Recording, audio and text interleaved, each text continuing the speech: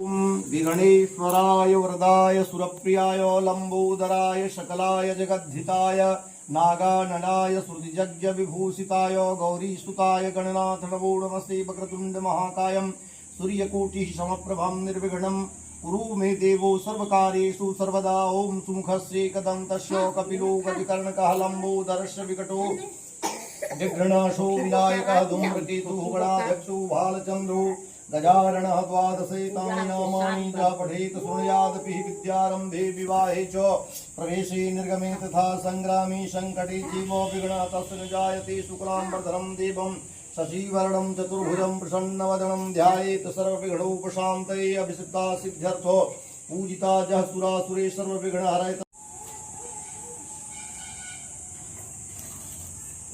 जल्दी जल दिया तो सब दई। चलिए दीपक दिखाइए आपसे। ओम आर्ज्यम भरति समायुक्तम वहिना दीपतम च तत् दीपान गृहाण जगदीश्वरः। चलिए नौविद्य के रूप में केला बतासा चढ़ाइए। ओम यथा भागणो त्वदीयं वस्तु गोविंदम तुभ्यमेव समर्पये गृहाण सुमुखो भूत्वा पूजयिष्यामि परमेश्वरः। भगवान श्री सत्यनारायणाय नमः। इदं फलं मया देव स्थापयेन तस्मै नमो नमः। भगवान श्री सत्यनारायणाय नमः। ध्यान पुष्पाणि समर्पयामि। चलिए पुष्प लीजिए पुनः दोनों आदमी। ओम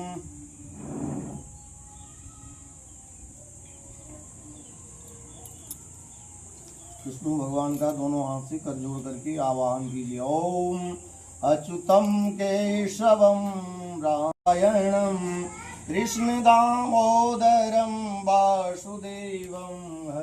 अस्मिन् समय श्री सत्यनारायण व्रत कथायां प्रसाद संकल्प करिष्ये। प्रसाद में छोड़िए थोड़ा जल से गंगा जल से घेरिए। त्वदीयं वस्तु गोविंदम तुभ्यमेव समर्पयेत् नैवेद्यं सुमुखो भुक्त्वा पूजयिष्यामि परमेश्वरः।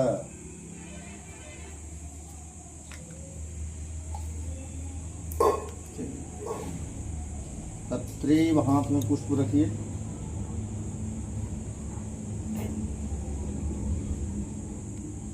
तत्रैव गंगा यमुना च तत्ता। उस पर परमेश्वर कभी प्रसन्न नहीं होते। जो पुरुष रत्न रूपी ज्ञान को दूसरों को संतोष देते हैं उन्हें मनुष्य रूप धारण किए नारायण ही जाने। हे महामते, ऐसा कौन सा व्रत है जिसके करने से मनवांछित फल मिलता है? वह हम लोगों को सुनने की इच्छा है। हे मुनिश्रेष्ठ, आप वेद वेदांग की ज्ञाता हैं। आप जैसा दूसरा वक्ता कोई नहीं दिखता, क्योंकि आप वेद व्यास जी के शिष्य हैं। सूत जी बोले, हे मुनिश्रेष्ठ, तुम धन्य हो, तुम ही वैष्णव में अग्रगण्य हो, कारण कि सब प्राणियों का सदैव तुम हित चाहते हो। हे शौनक सुनो, मैं आपसे एक उत्तम व्रत कहूँगा। जिस व्रत को नारद जी ने लक्ष्मीपति भगवान विष्णु से पूछा था वो इस प्रकार है। इति श्री स्कंद पुराण रेवाखंडे श्री सत्यनारायण व्रत कथायां प्रथमो अध्यायः। इस प्रकार प्रथम अध्याय पूर्ण हुआ। बोलिए सत्यनारायण भगवान की जय। पवन सुत हनुमान की जय। उमापति महादेव की जय।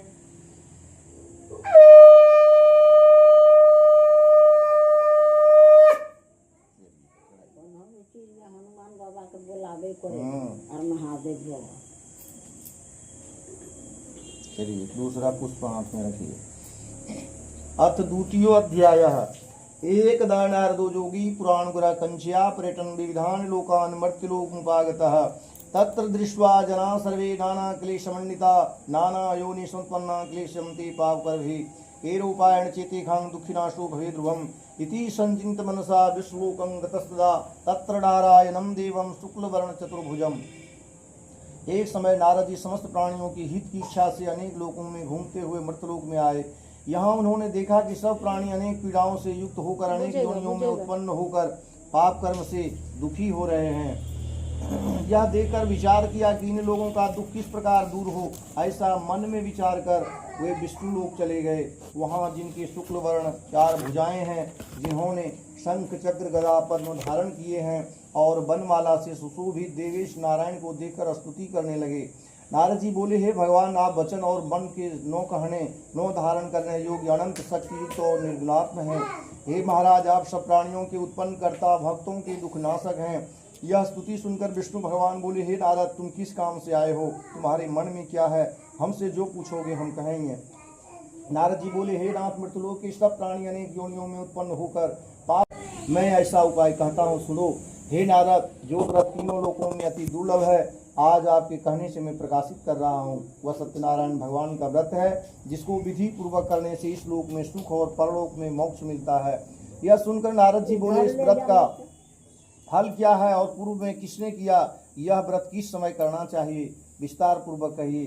भगवान ने कहा, इसके करने से दुख शोक का नाश, धन धान में वृद्धि और संतान की प्राप्ति तथा सर्वत्र विजय श्री की प्राप्ति होती है।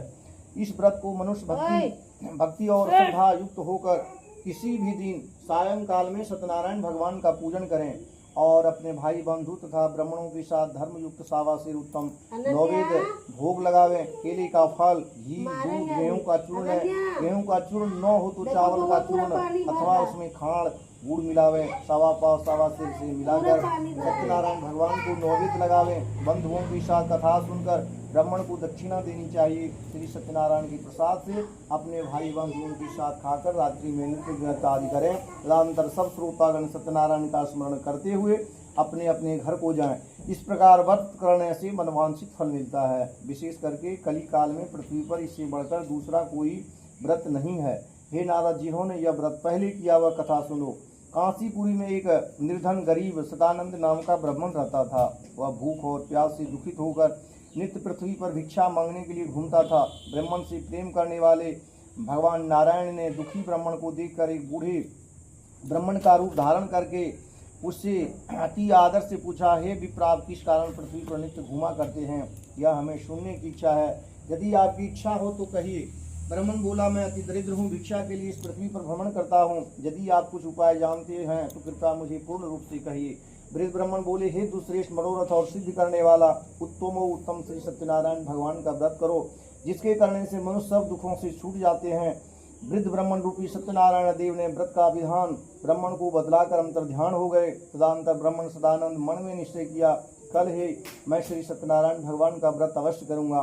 इसी चिंता में ब्राह्मण को रात्रि भर निद्रा नहीं आई। सुबह उठकर उसने यह निश्चय किया कि सत्यनारायण भगवान का व्रत मैं अवश्य करूंगा। यह संकल्प कर वह भिक्षा मांगने के लिए निकला।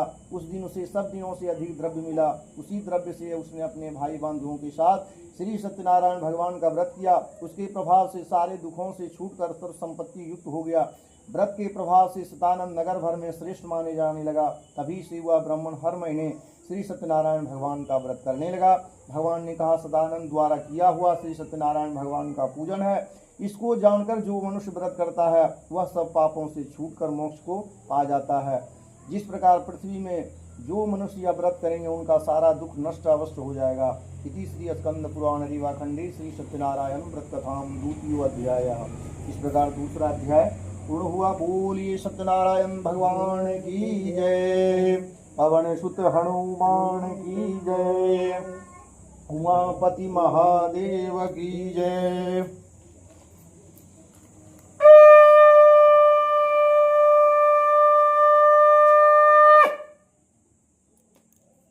थोड़ा धूप भी दे सकते हैं आप। ओम बृहस्पति रसूल भूतु गंधाढ्यो गंध्यो तमाग्रे सर्वदेवाणाम धूपो यं प्रतिगृह्यताम स्वाहा। चलिए तीसरा पुष्प लिए आंखें। श्री सुतुवाचः एवं नारायणेनोक्तं नारदाय महात्मने माया तत्कथं विप्रोक्तिमन् कथयामि शौनकुवाचः ततो विप्राज व्रतं कीनो पृथिव्यां चरति मुनि तत्सर्वं श्रोतुमिच्छामि श्रद्धास्माकं प्रजायते। सूतोवाच प्रणुद्धं मुनिया सर्वे व्रतं येन कृतं भुवि एकदासो द्विवरोढिवित्तानुसारतः बन्धवी सार्धं व्रतं कृत्वा समुद्रतः एतस्मिन्नेव काले तु सत्यनारायणः प्रभु वही काश्यं संस्थाप्य विप्राय मन्त्रं जजो सुधा प्रीतात्मा च विप्रं दृष्ट्वा यथावधि प्रणिपतितं प्राह कुन्दं कृति त्वया कृति किं फलमा पड़ोति विस्तार वद में प्रभु। सूत जी बोले, हे सौनक, विष्णु भगवान ने जिस तरह कहा वह मैंने तुमसे कहकर सुना दिया। अगर कोई और बात पूछने की इच्छा हो तो पूछो। सोनक जी बोले, हे सूत जी, उस ब्राह्मण के बाद इस व्रत को किसने किया, वह सुनने की इच्छा है। सूत जी बोले, हे मुनियों, जिसने यह व्रत को किया वह सुनिए। एक समय निज धर्मानुसार बंधु बांधवों के साथ व्रत करने को उद्धत हुआ। उसी समय एक लकड़हारा वहां आया। भूख प्यास से पृथ काष्ठ के भार बाहर रखकर ब्राह्मण के घर में व्रत करते हुए ब्राह्मण को देखा। नम्रता से हाथ जोड़कर प्रणाम कर बोला, यह आप क्या कर रहे हैं, इसके करने से क्या फल मिलता है, विस्तार पूर्वक कहिए। ब्राह्मण बोला, मनोरथ को देने वाला, दुखों को नाश करने वाला तथा सिद्धि को देने वाला श्री सत्यनारायण भगवान का व्रत है, जिसके प्रसाद से हमें यह धन धान्य आदि प्राप्त हुए हैं। यह सुनकर लकड़हारा प्रसन्न होकर प्रसाद को खाकर जल को पीकर भगवान सत्यनारायण का ध्यान करते हुए अपने नगर को चला और मन में निश्चय किया कि आज लकड़ी बेचने से जो भी द्रव्य प्राप्त होगा उसी से मैं भी श्री सत्यनारायण भगवान का उत्तम व्रत अवश्य करूंगा। ऐसा मन में विचार कर लकड़ी को सिर पर रखकर जहाँ धनी लोग रहते थे उस नगर में गया। उस दिन लकड़हारे को दुगुना धन प्राप्त हुआ। वह अत्यंत प्रसन्न होकर सुंदर केले का फल, शक्कर, घी, दूध, गेहूं का चूर्ण सबको लेकर घर में आकर अपने भाई बांधवों को बुलाकर विधि पूर्वक सत्यनारायण भगवान का व्रत किया। उस व्रत के प्रभाव से लकड़हारा भी धन पुत्रों से युक्त हो गया और इस लोक में सुख पाकर अंत में सत्य लोक यानी वैकुंठ लोक को चला गया।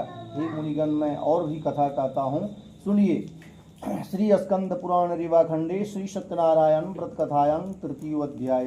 इस प्रकार तीसरा अध्याय पूर्ण हुआ। बोली सत्यनारायण भगवान की जय, पवन सुत हनुमान की जय, उमापति महादेव की जय।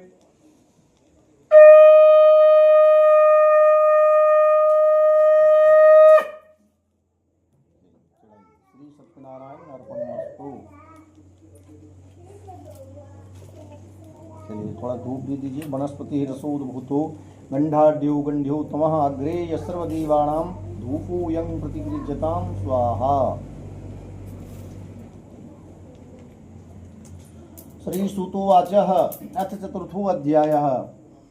आसीद्दुल्लका मुखोडामो नृपति बलिडाम्बरः जितेन्द्रियः सत्यवादी जो देवालयं प्रति दिनी दिनी धनं दत्त्वा दुजां सन्तोष यशुधि भार्या तस्मरोधा च सोजवदना सती भद्रशीला नदी तीरे सत्यनारायण व्रतमाचरे। सूजी ने कहा, राजाओं में श्रेष्ठ उल्लकामुख नाम का एक जितेंद्रिय राजा था। वह रोज मंदिर जाया करता था और ब्राह्मणों को नित्य धन देकर दान देकर संतुष्ट किया करता था। उसकी कमल की सदृश मुख वाली प्रबुद्धा पत्नी थी। वह अपनी स्त्री के साथ भद्रशीला नदी के तट पर श्री सत्यनारायण भगवान का व्रत करता था। उसी समय वहाँ एक बनिया आया। वाणी जी के लिए बहुत सा धन परिपूर्ण नाव को नदी के किनारे लगाकर उसी तट पर उतर गया और राजा को व्रत करता हुआ देखकर नम्रता से पूछने लगा। साधु बोला, हे राजन, आप यह क्या करते हैं? वह हमसे भी भक्ति पूर्वक कहिए, हमें भी सुनने की इच्छा है। राजा बोला, हे साधु, यह अति तेजस्वी विष्णु भगवान का पूजन है जो अपने भाई बांधवों के साथ पुत्र की प्राप्ति की इच्छा से किया जाता है।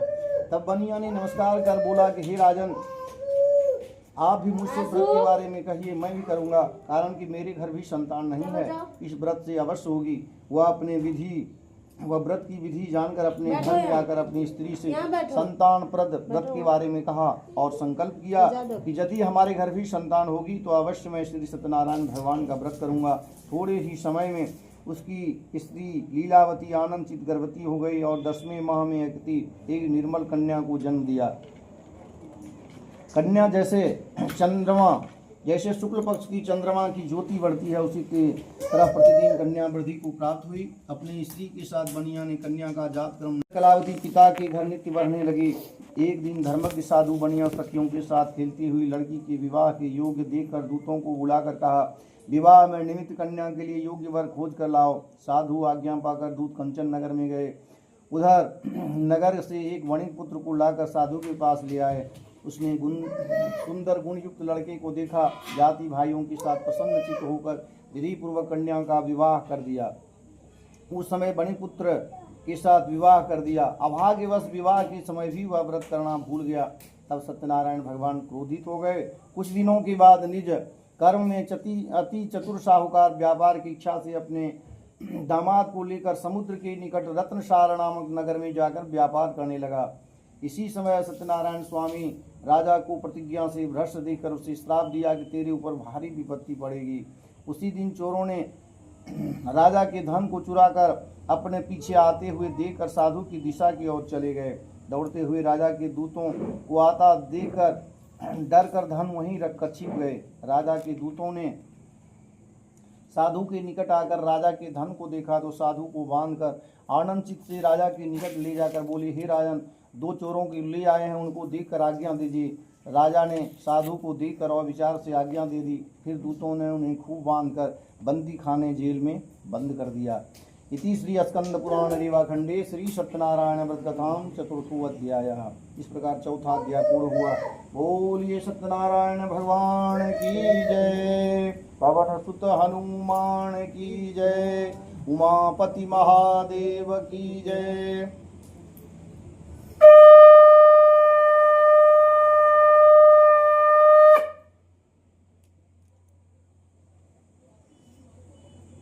अथ पंचमो अध्यायः। श्रीसुतोवाचः माया सतदेवस्यो श्रुत्वा तस्योर्वचः तस्योग्रतां चन्द्रकेतुना तत्पश्चात्यागे हि भार्या चेवेत दुःखिता चोरेण हृते सर्वे धनं या आधिव्याधि समायुक्ता क्षुपिपाशा समाकुला। सूत जी बोले, सत्यदेव की माया से चंद्रकेतु राजा ने उन दोनों बनिए के वचन को कुछ भी नहीं सुना और उनका जो धन था वह सब ले लिया। सत्यनारायण के श्राप से साधु और दामाद के घर की स्त्रियां भी बड़ी दुखित हो गए। चोरों ने सारा धन चुरा लिया। आदि व्याधि से पीड़ित भूखी प्यासी लीलावती अन्न की चिंता से घर घर में घूमने लगी और कलावती कन्या भी नित्य घूमने लगी। एक दिन रात को भूख से दुखी कलावती एक ब्राह्मण के घर में गई। वहाँ सत्यनारायण भगवान के व्रत को देखकर, कथा को सुनकर और निज मनोरथ मांगी और प्रसाद को खाकर कुछ रात गए तो अपने घर आई। तब लीलावती अपनी कन्या को धिक्कारने लगी, हे पुत्री, इतनी रात तक तुम कहाँ रही, तेरे मन में क्या है? तब कन्या ने माता से सत्य वचन बोला, हे माता, मनोरथ को पूर्ण करने वाला श्री सत्यनारायण भगवान का व्रत ब्राह्मण के घर में देखकर आ रही हूँ। लीलावती कन्या कलावती के वचन सुनकर श्री सत्यनारायण के व्रत करने के लिए उद्धत हुई। पतिव्रता साधु की स्त्री अपनी कन्या सहित बंधु बांधवों के साथ श्री सत्यनारायण भगवान का व्रत किया और उसने सत्यदेव भगवान से यह दिव्य वर मांगा कि हे सत्यदेव भगवान, मेरे पति का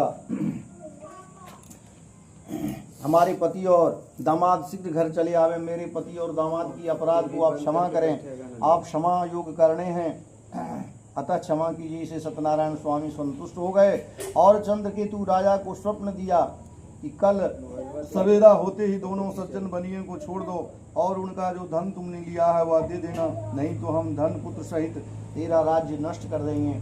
यह बात राजा से कहकर सत्यनारायण भगवान अंतर्ध्यान हो गए। तब प्रातः काल के समय राजा जनों के साथ सभा में उपस्थित मंत्रीजनों के साथ अपने स्वप्न को सुनाकर कहा और बांधे हुए बनिए को शीघ्र छोड़ दो, ऐसा आदेश दिया। यह सुनकर दूत लोग बनिया को बंदी खाने से छुड़ाकर राजा के निकट ले आकर विनय युक्त वचन बोले कि हे महाराज, हम इन दोनों बनिए के बंधन को छुड़ाकर ले आए हैं और आपकी क्या आज्ञा है? इन दोनों ने महाराज चंद्रकेतु को नमस्कार कर पूर्वताम का स्मरण करते हुए राजा चंद्रकेतु से साधु तथा दामाद से कुछ नहीं कहा और बड़ी पुत्रों को देखकर राजा आदर से बोले, अभाग्यवश तुमको बड़ा दुख मिला, तुम लोग भय नहीं करना। इस प्रकार राजा से कहकर दोनों के हाथ पैर बेड़ी हथकड़ी कटवा कर छोड़ कर्म करवाया।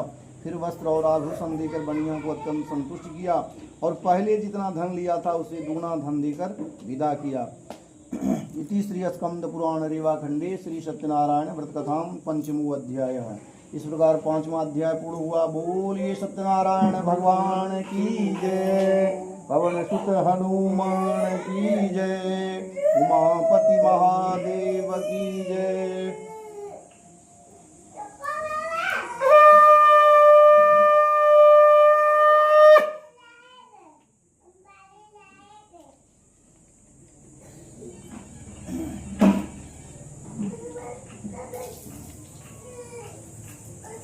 हाथ में ले लीजिए पुष्प अक्षर।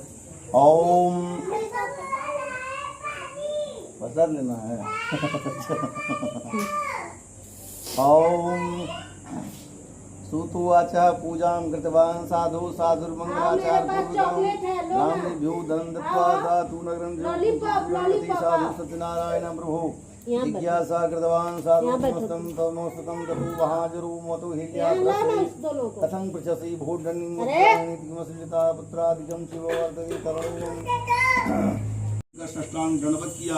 इस पर दीनों के परिपालन करने वाले सत्यनारायण भगवान हो गए और भक्त वत्सल सतदेव की कृपा से आकाशवाणी हुई कि तुम्हारी कन्या प्रसाद को त्याग कर पति को देखने चली आई। इसी क्षण नौजवान या दृश्य हो गया है, यदि पुनः घर जाकर प्रसाद भक्षण कराएगी इसका पति निसंदेह मिल जाएगा। कन्या ने भी आकाशवाणी सुनी और शीघ्र घर जाकर प्रसाद को खाकर पति को देखने आई।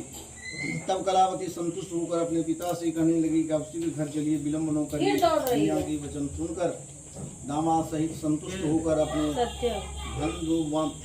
अपने भाई बंधुओं के साथ उस दिन से हर महीने और संक्रांति को विधि पूर्वक सत्यनारायण भगवान का पूजन करने लगा। इस तरह सुख कर अंत में सत्य लोक को चला गया। हे सुत जी, मैं और भी कथा कहता हूँ, सुनिए। इति श्री स्कंद पुराण रीवा खंडे श्री सत्यनारायण व्रत कथां षष्ठमो अध्यायः। बोलिए सत्यनारायण भगवान की जय, पवन सुत हनुमान की जय। जय।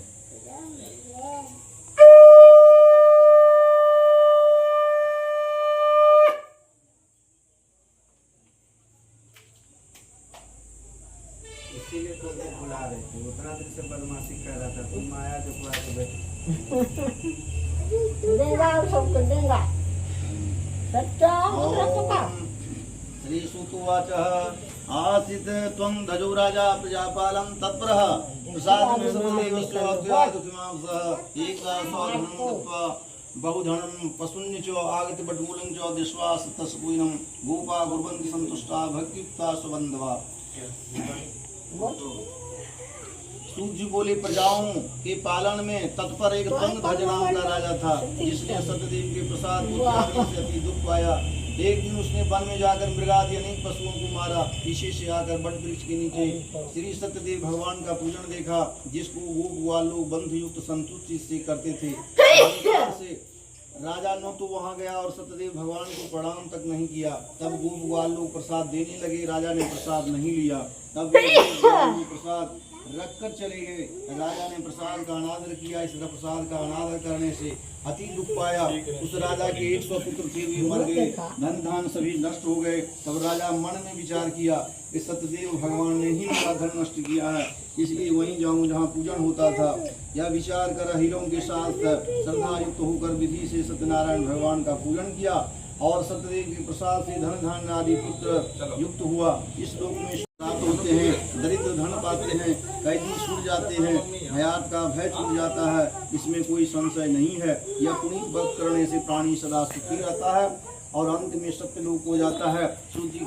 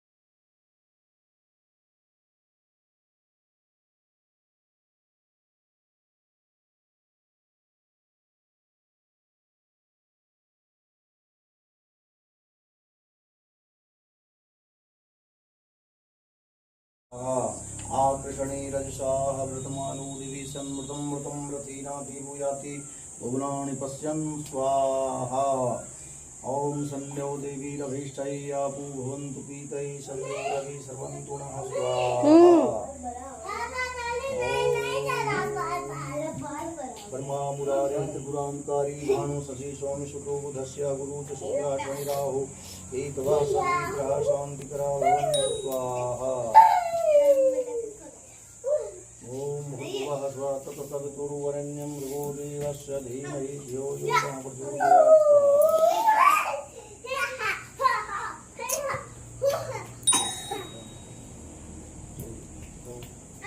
मधुरं नयनं मधुरं हर्षितं मधुरं हृदयं मधुरं गमनं मधुरं मधुराधिपतेरखिलं मधुरं जगमजयन्तदेवास्तानि धर्माणि प्रथमासनातहिनागं महिमानः सचयन्ति यत्र पूर्वे साध्या सन्ति दिवा मन्त्रपुष्पाञ्जलिं समर्पयामि श्री सत्यनारायणाय नमः लक्ष्मी सहित विष्णवे नमः बोली की जय पुष्पांजलि समर्पण।